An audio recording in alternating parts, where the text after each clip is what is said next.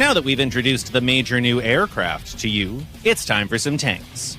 Please welcome the American M728 Combat Engineer Vehicle, based on the M60 MBT. The first things that catch the eye are the crane boom and the dozer blade, but let's take a look at what's inside this unusual machine.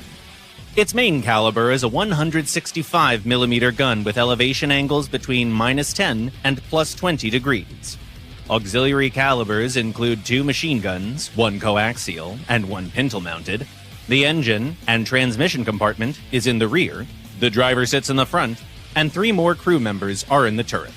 The ammo totals 30 rounds and is divided into 3 groups. The highlight of any HE Flinger is, of course, its cannon. This one doesn't need a special introduction, since every fan of large calibers already knows it from the British Centurion AVRE. All the expected traits are present, including an unhurried reload rate and a deliberate muzzle velocity. These features are easily compensated by the capabilities of the shells, though. Even the best protected opponents of this tank can't handle a 28-kilogram Hesh round to the turret. Just get used to the ballistics, and you're good to go. Playing arcade might help with that.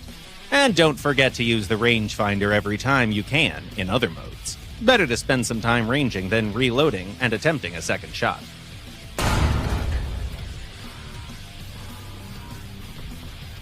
The gun, however, is the only element that makes this vehicle close to its British sibling.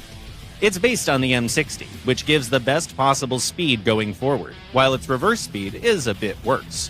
Keep that in mind when you choose your position, since you might need to make a U-turn to retreat and reload.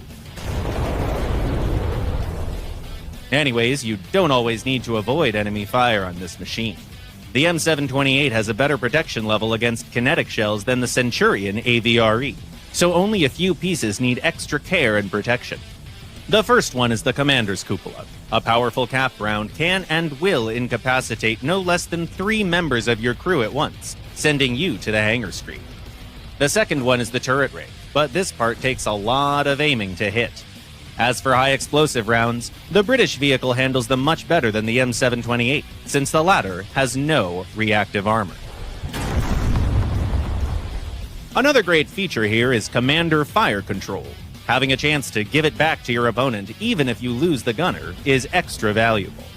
What this vehicle is lacking, though, is smoke launchers. With a reload time that long, it wouldn't hurt to have a way to hide from your enemy's eyes, even in a clear field. The M728 is a classic HE Flinger, with all its typical pros and cons. It's tricky to use, but each frag scored with it comes with extra satisfaction. That's why we love them.